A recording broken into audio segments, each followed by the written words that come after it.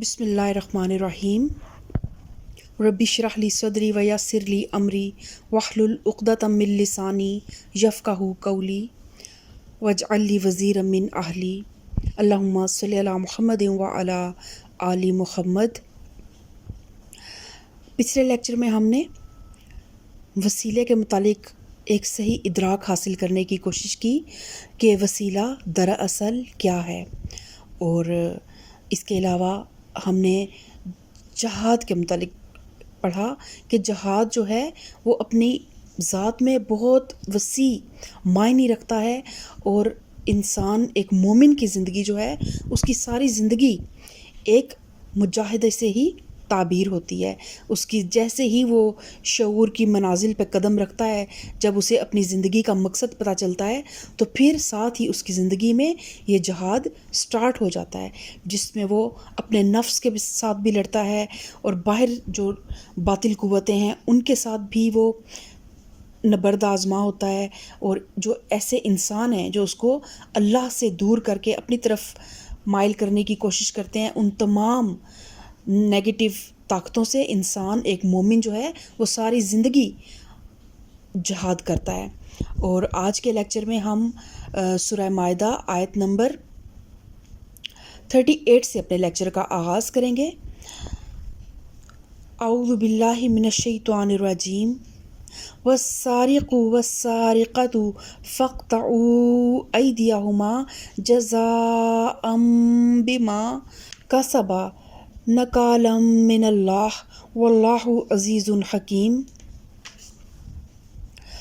اور چور خواہ عورت ہو یا مرد دونوں کے ہاتھ کاٹ دو، یہ ان کی کمائی کا بدلہ ہے، اور اللہ کی طرف سے عبرتناک سزا۔ اللہ کی قدرت سب پر غالب ہے اور وہ دانا و بینا ہے۔ تو یہاں پر چور کی سزا بتائی گئی ہے کہ چور کے مرد ہو یا عورت دونوں کے ہاتھ کاٹ دو، لیکن دونوں ہاتھ نہیں کاٹنے بلکہ ایک ہاتھ کاٹنا ہے۔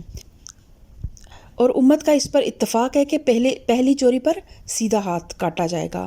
اور اس کے علاوہ نبی کریم صلی اللہ علیہ وسلم نے تصریح فرمائی ہے لا قطع علی خائن، کہ سرقے کا جو اطلاق ہے نا وہ خیانت وغیرہ پر نہیں ہوتا، بلکہ صرف اس فعل پر ہوتا ہے کہ آدمی کسی کے مال کو اس کی حفاظت سے چپکے سے نکال کر اپنے قبضے میں لے جائے۔ پھر نبی کریم صلی اللہ علیہ وسلم نے یہ ہدایت بھی فرمائی کہ ایک ڈھال کی قیمت سے کم اگر چوری کی جائے تو پھر ہاتھ نہ کاٹا جائے۔ اور ایک ڈھال کی قیمت نبی کریم صلی اللہ علیہ وسلم کے زمانے میں بروایت عبداللہ بن عباس 10 درہم، بروایت ابن عمر 3 درہم، اور بروایت انس بن مالک 5 درہم ہے، اور بروایت حضرت عائشہ رضی اللہ تعالیٰ عنہا 1/4 دینار ہوتی تھی۔ اسی اختلاف کی بنا پر فقہا کے درمیان کم سے کم نصاب سرقہ میں اختلاف ہوا ہے۔ امام ابو حنیفہ کے نزدیک سرقے کا نصاب 10 درہم ہے، اور امام مالک، شافعی اور احمد کے نزدیک 1/4 دینار ہے۔ اور اس زمانے میں 1/4 دینار جو تھا نا وہ 3 درہم کے برابر تھا۔ پھر اللہ تعالیٰ فرماتا ہے فَمَن تَابَ مِن بَعْدِ ظُلْمِهِ وَأَصْلَحَ فَإِنَّ اللَّهَ يَتُوبُ عَلَيْهِ إِنَّ اللَّهَ غَفُورٌ رَحِيمٌ۔ پھر جو ظلم کرنے کے بعد توبہ کرے اور اپنی اصلاح کر لے تو اللہ کی نظر عنایت پھر اس پر مائل ہو جائے گی۔ اس کے علاوہ اور بھی بہت سی ایسی چیزیں ہیں جن کی چوری میں ہاتھ کاٹنے کی سزا نہیں دی جائے گی۔ مثلا نبی کریم صلی اللہ علیہ وسلم نے ہدایت فرمائی کہ لا قطع فی ثمرۃ ولا کسر، کہ پھل اور ترکاری کی چوری میں ہاتھ نہ کاٹا جائے گا۔ پھر آپ نے فرمایا لا قطع فی طعام، کہ کھانے کی چوری میں قطع ید نہیں ہے۔ اور حضرت عائشہ رضی اللہ تعالیٰ عنہ کی حدیث ہے کہ لم یکن قطع السارق علی عہد رسول اللہ صلی اللہ علیہ وسلم فی شیء طاقہ، حقیر چیزوں کی چوری میں نبی کریم صلی اللہ علیہ وسلم کے زمانے میں ہاتھ نہیں کاٹا جاتا تھا۔ حضرت علی اور حضرت عثمان رضی اللہ تعالیٰ عنہ کا فیصلہ ہے، اور صحابہ کرام میں سے کسی نے اس سے اختلاف نہیں کیا ہے کہ پرندے کی چوری میں بھی ہاتھ کاٹنے کی سزا نہیں ہے۔ نیز سیدنا عمر اور علی رضی اللہ تعالیٰ عنہما نے بیت المال سے چوری کرنے والے کا ہاتھ بھی نہ کاٹنے کا حکم دیا، اور اس معاملہ میں بھی صحابہ کرام میں سے کسی کا اختلاف منقول نہیں ہے۔ ان ماخذ کی بنیاد پر مختلف علماء فقہ نے مختلف چیزوں کو قطع ید کے حکم سے مستثنیٰ قرار دیا ہے۔ امام ابو حنیفہ کے نزدیک ترکاریاں، پھل، گوشت، پکا ہوا کھانا، غلہ جس کا بھی کھلیان نہ کیا گیا ہو، کھیل اور گانے بجانے کے آلات وہ چیزیں ہیں جن کی چوری میں قطع ید کی سزا نہیں ہے۔ نیز جنگل میں چرتے ہوئے جانوروں کی چوری اور بیت المال کی چوری میں بھی وہ قطع ید کے قائل نہیں ہیں۔ اسی طرح دوسرے ائمہ نے بھی بعض چیزوں کو اسی حکم سے مستثنیٰ قرار دیا ہے، لیکن اس کا مطلب یہ نہیں ہے کہ ان چوریوں پر سرے سے کوئی سزا دی ہی نہیں جائے گی۔ ان چوریوں پر بھی کوئی نہ کوئی حکومت وقت جو ہے یا قاضی وقت جو ہے وہ کچھ نرم سزاؤں کا اطلاق کر سکتا ہے، لیکن اس طرح کے معمولی چوریوں کے جرائم میں ہاتھ نہیں کاٹا جائے گا۔ پھر اللہ تعالیٰ فرماتا ہے فَمَن تَابَ مِن بَعْدِ ظُلْمِهِ وَأَصْلَحَ فَإِنَّ اللَّهَ يَتُوبُ عَلَيْهِ إِنَّ اللَّهَ غَفُورٌ رَحِيمٌ۔ پھر جو ظلم کرنے کے بعد توبہ کرے اور اپنی اصلاح کر لے تو اللہ کی نظر عنایت پھر اس پر مائل ہو جائے گی۔ اللہ بہت درگزر کرنے والا اور رحم فرمانے والا ہے۔ کیا تم جانتے نہیں ہو کہ اللہ زمین اور آسمانوں کی سلطنت کا مالک ہے، جسے چاہے سزا دے اور جسے چاہے معاف کر دے، وہ ہر چیز کا اختیار رکھتا ہے۔ الم تعلم ان اللہ لہ ملک السماوات والارض یعذب من یشاء ویغفر لمن یشاء واللہ علی کل شیء قدیر۔ تو اب اللہ تعالیٰ کیا فرما رہا ہے کہ پھر جو ظلم کرنے کے بعد توبہ کر لے اور اپنی اصلاح کر لے تو اللہ کی نظر عنایت پھر اس پر مائل ہو جائے گی۔ اس کا یہ مطلب نہیں ہے کہ اس کا ہاتھ نہیں کاٹا جائے گا، بلکہ مطلب یہ ہے کہ ہاتھ کٹنے کے بعد جو شخص توبہ کر لے اور اپنے نفس کو چوری سے پاک کر کے اللہ کا صالح بندہ بن جائے، وہ اللہ کے غضب سے بچ جائے گا اور اللہ اس کے دامن سے اس داغ کو دھو دے گا۔ لیکن اگر کسی شخص نے ہاتھ کٹوانے کے بعد بھی اپنے آپ کو بدنیتی سے پاک نہ کیا اور وہی گندے جذبات اپنے اندر پرورش کیے جن کی بنا پر اس نے چوری کی اور اس کا ہاتھ کاٹا گیا، تو اس کے معنی یہ ہے کہ ہاتھ تو اس کے بدن سے جدا ہو گیا مگر چوری اس کے نفس میں بدستور موجود رہی۔ اس وجہ سے وہ اللہ کے غضب کا اسی طرح مستحق رہے گا جس طرح ہاتھ کٹنے سے پہلے تھا۔ اسی لیے قرآن مجید چور کو ہدایت کرتا ہے کہ وہ اللہ سے معافی مانگے اور اپنے نفس کی اصلاح کرے، کیونکہ ہاتھ کاٹنا تو انتظام تمدن کے لیے ہے۔ اس سزا سے نفس پاک نہیں ہوتا، وہ تو ایک لوگوں کو عبرت دلانے کے لیے ایک چیز ہے نا، لیکن انسان کے اپنے نفس کی پاکی صرف توبہ اور رجوع اللہ سے حاصل ہوتی ہے۔ نبی کریم صلی اللہ علیہ وسلم کے متعلق احادیث میں مذکور ہے کہ ایک چور کا جب آپ صلی اللہ علیہ وسلم کے حکم کے مطابق ہاتھ کاٹا جا چکا تو آپ نے اسے اپنے پاس بلایا اور اس سے فرمایا قل استغفر اللہ واتوب الیہ، کہہ میں خدا سے معافی چاہتا ہوں اور اس سے توبہ کرتا ہوں۔ اس نے آپ صلی اللہ علیہ وسلم کی تلقین کے مطابق یہ الفاظ کہے، پھر آپ صلی اللہ علیہ وسلم نے اس کے حق میں دعا فرمائی اللہم تب علیہ، خدایا اسے معاف فرما دے۔ تو جسمانی سزا کے ساتھ ساتھ اس شخص نے جس نے چوری کی تھی اسے چاہیے کہ اپنے اللہ کے حضور دل سے توبہ کرے اور اپنے دل کو تمام منفی خواہشات اور اس طرح کے منفی جذبات سے محفوظ کرے اور بچا کے رکھے اور ایک سچی اور خالص توبہ کرے۔ یا ایھا الرسول لا يحزنک الذین یسارعون فی الکفر من الذین قالوا آمنا بافواہہم ولم تؤمن قلوبہم۔ اے پیغمبر صلی اللہ علیہ وسلم، تمہارے لیے باعث رنج نہ ہوں وہ لوگ جو کفر کی راہ میں بڑی تیز گامی دکھا رہے ہیں، یعنی وہ لوگ جن کی ذہانتیں اور سرگرمیاں ساری کی ساری اس کوشش میں صرف ہو رہی ہیں کہ جاہلیت کے جو حالات پہلے سے چلے آ رہے ہیں وہی برقرار رہیں، اور اسلام کی یہ اصلاحی دعوت اس بگاڑ کو درست کرنے میں کامیاب نہ ہونے پائے۔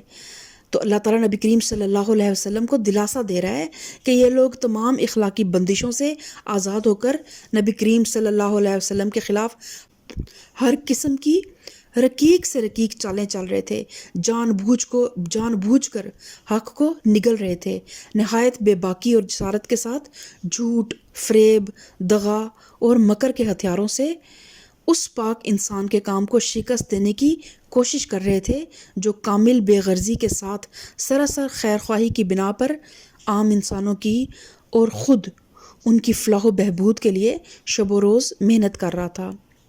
ان کی ان حرکات کو دیکھ کر نبی کریم صلی اللہ علیہ وسلم کا دل کڑتا تھا، اور یہ دل کا کڑنا جو ہے نا، یہ بالکل فطری امر تھا۔ آپ اپنے آپ کو دیکھیں نا، جب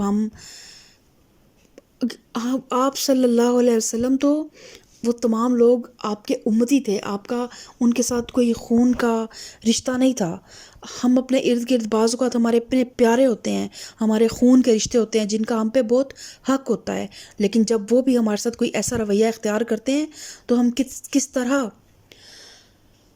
بد دل بھی ہو جاتے ہیں، دل شکستہ بھی ہو جاتے ہیں۔ تو نبی کریم صلی اللہ علیہ وسلم کی تو تمام زندگی اسی طرح کے رویوں سے عبارت تھی۔ لوگوں کے یہی رویہ آپ کو دیکھنے کو ملتے تھے، کفار اور منافقین کے۔ تو یہ کڑنا بالکل فطری امر تھا۔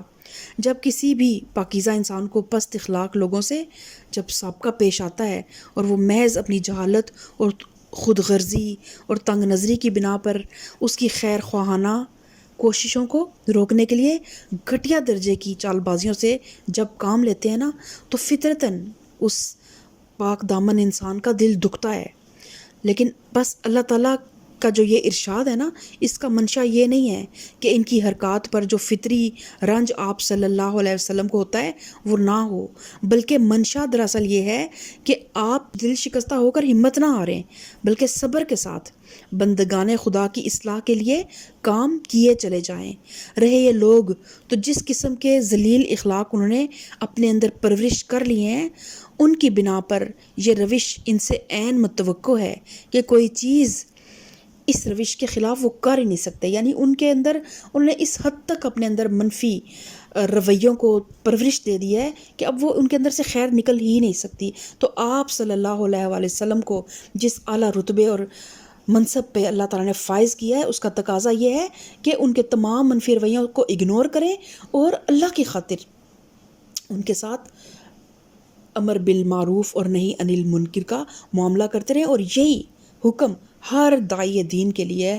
بے شک راستہ بہت مشکل ہے، بے شک آپ کی نیتوں پہ شک کیا جاتا ہے، آپ کے خلوص پہ شک کیا جاتا ہے، آپ کی کوششوں کو بعض اوقات اس طرح ہی کی عجیب و غریب الزامات لگا کر اور آپ کی حوصلہ شکنی کی جاتی ہے۔ لیکن جب آپ اپنے دل میں یہ سوچ لیں گے نا کہ میں اللہ کے لیے کر رہی ہوں سب کچھ، اور یہ اللہ کے بندے ہیں اور یہ تمام بندے اللہ کا کنبہ ہیں، تو امید ہے اللہ تعالیٰ آپ کے دل کو انشاءاللہ تعالیٰ وسعت دے دے گا اور آپ ان تمام چیزوں سے اوپر چلے جائیں گے انشاءاللہ تعالیٰ۔ اور پھر اللہ تعالیٰ فرماتا ہے کہ اے پیغمبر، تمہارے لیے باعث رنج نہ ہوں وہ لوگ جو کفر کی راہ میں بڑی تیز گامی دکھا رہے ہیں، خواہ وہ ان میں سے ہوں جو منہ سے کہتے ہیں کہ ہم ایمان لائے مگر دل ان کے ایمان نہیں لائے، یا ان میں سے ہوں جو یہودی بن گئے ہیں جن کا حال یہ ہے کہ جھوٹ کے لیے کان لگاتے ہیں۔ تو آپ اس میں دیکھیں کہ جب بھی اللہ تعالیٰ نے یہود کا ذکر کیا تو اللہ تعالیٰ نے ان کے متعلق یہی کہا کہ جو یہودی بن گئے ہیں، کیونکہ دین تو وہی تھا جو دین ابراہیمی تھا۔ یہ یہودیت اور نصرانیت تو یہ دو فرقے ہیں، اور اسی طرح دین تو وہی ہے جو دین محمدی ہے، جو حضرت محمد صلی اللہ علیہ وسلم دین ابراہیم کو کنٹینیو کیا، وہی اصل دین ہے۔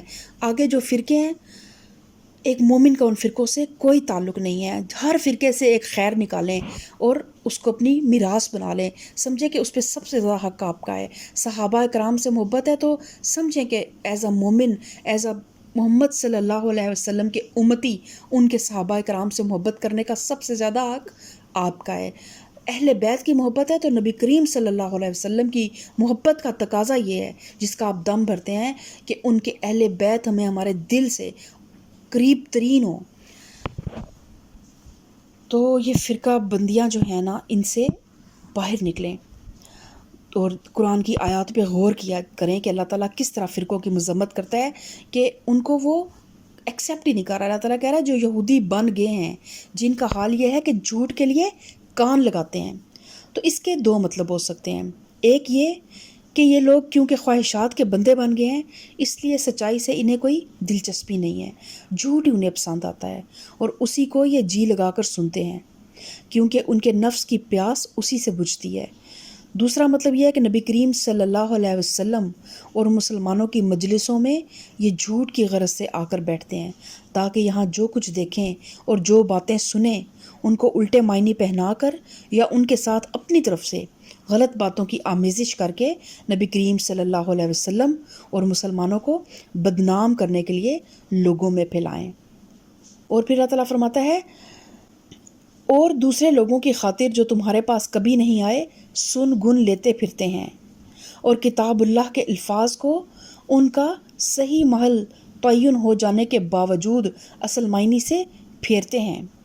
یعنی کہ دوسرے لوگوں کی خاطر جو تمہارے پاس کبھی نہیں آئے سن گن لیتے پھرتے ہیں، تو اس کے بھی دو مطلب ہیں۔ ایک یہ کہ یہ جاسوس بن کر آتے ہیں اور نبی کریم صلی اللہ علیہ وسلم اور مسلمانوں کی مجلسوں میں اس لیے گشت لگاتے پھرتے ہیں کہ کوئی راز کی بات ان کے کان میں پڑے تو اسے آپ کے دشمنوں تک پہنچائیں۔ دوسرا یہ کہ جھوٹے الزام عائد کرنے اور افتراء پردازیاں کرنے کے لیے مواد فراہم کرتے پھرتے ہیں، تاکہ ان لوگوں میں بدگمانیاں اور غلط فہمیاں پھیلائیں جن کو نبی کریم صلی اللہ علیہ وسلم اور مسلمانوں میں سے براہ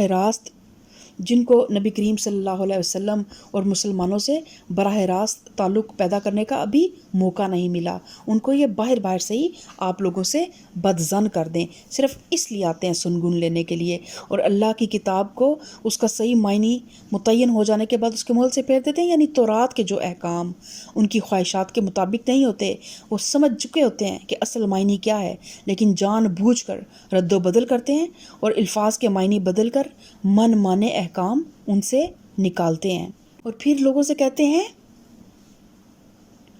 یقولون ان اوتیتم ھذا فخذوہ وان لم تؤتوہ فاحذروا، اور لوگوں سے کہتے ہیں کہ اگر تمہیں یہ حکم دیا جائے تو مانو، نہیں تو نہ مانو۔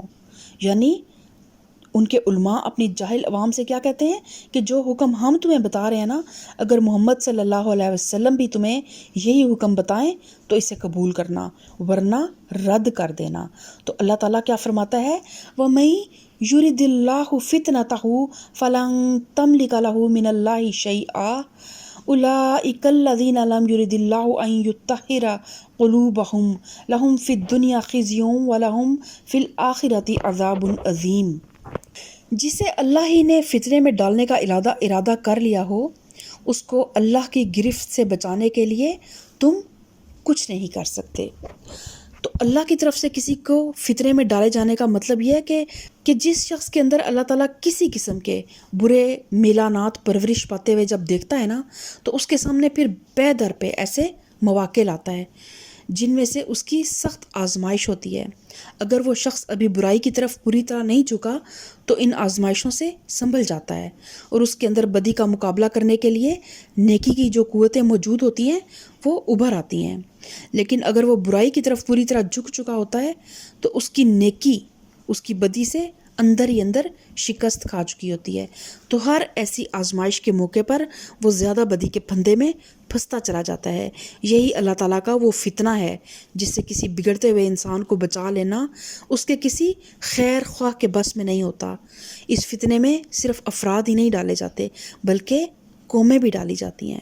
یعنی کہ پہلی جو ہے نا، اللہ بندوں پہ ظلم نہیں کرتا، بندے خود اپنے آپ پہ ظلم کرتے ہیں۔ اگر کوئی انسان فتنوں میں پڑ گیا ہے نا، تو پھر اس انسان نے خود وہ راستہ چوز کیا ہے، تو اللہ نے پھر اس راستے میں آسانیاں کر دی ہیں، اور پھر صرف افراد ہی نہیں اقوام بھی ان فتنوں میں پڑ جاتی ہیں. جب قومیں اپنے بگاڑ کو سدھارنے کی کوشش نہیں کرتی نا تو پھر اللہ تعالیٰ بھی ان کو ان کے حال پہ چھوڑ دیتا ہے. اور خدا نے آج تک اس قوم کی حالت نہیں بدلی، نہ ہو جس کو خیال آپ اپنی حالت کے بدلنے کا. تو پھر اللہ تعالیٰ فرماتا ہے کہ اس طرح کے شخص کو اللہ کی گرفت سے بچانے کے لیے تم کچھ نہیں کر سکتے. یہ وہ لوگ ہیں جن کے دلوں کو اللہ نے پاک کرنا نہ چاہا. ان کے لیے دنیا میں رسوائی ہے اور آخرت میں سخت سزا ہے. اور کیوں اللہ نے ان کے دلوں کو پاک نہ کرنا چاہا؟ کہ ابھی میں نے کہا نا کہ اللہ تعالیٰ فرماتا ہے کہ میں انسانوں پہ ظلم نہیں کرتا، انسان خود اپنے آپ پہ ظلم کرتے ہیں. تو اس لیے اللہ نے ان کے دلوں کو پاک نہیں کیا کہ انہوں نے خود پاک ہونا چاہا ہی نہیں. جو خود پاکیزگی کا خواہش مند ہوتا ہے اس کے لیے کوشش کرتا ہے، اسے پاکیزگی سے محروم کرنا اللہ کا دستور نہیں ہے. اللہ پاک کرنا اسی کو نہیں چاہتا جو خود پاک ہونا نہیں چاہتا. آگے اللہ تعالیٰ فرماتا ہے سماعون للکذب اکالون للسحت فإن جاءوک فاحکم بینہم او اعرض عنہم. یہ جھوٹ سننے والے اور حرام کے مال کھانے والے ہیں. کون لوگ؟ یہاں پہ یہ خاص طور پر ان کے مفتیوں، بنی اسرائیل کے مفتیوں اور قاضیوں کی طرف اشارہ ہے جو جھوٹی شہادتیں لے کر اور جھوٹی ردادیں سن کر ان لوگوں کے حق میں انصاف کے خلاف فیصلے کیا کرتے تھے جن سے انہیں رشوت پہنچ جاتی تھی یا جن کے ساتھ ان کے ناجائز مفادات وابستہ ہوتے تھے. تو پھر یہ اللہ کے احکامات کو بھی بدل دیتے تھے. اللہ تعالیٰ کی تورات میں جو سزائیں مختلف گناہوں کے لیے، مختلف جرائم کے لیے اللہ تعالیٰ نے حکم دیا تھا جن سزاؤں کو نافذ کرنے کا، ان میں بھی یہ اپنی مرضی کے مطابق رد و بدل کر لیا کرتے تھے. تو اگلے لیکچر میں انشاءاللہ تعالیٰ ہم مزید آیات کا مطالعہ کریں گے. آج کا ہمارا لیکچر جو ہے وہ یہیں تک ہوگا.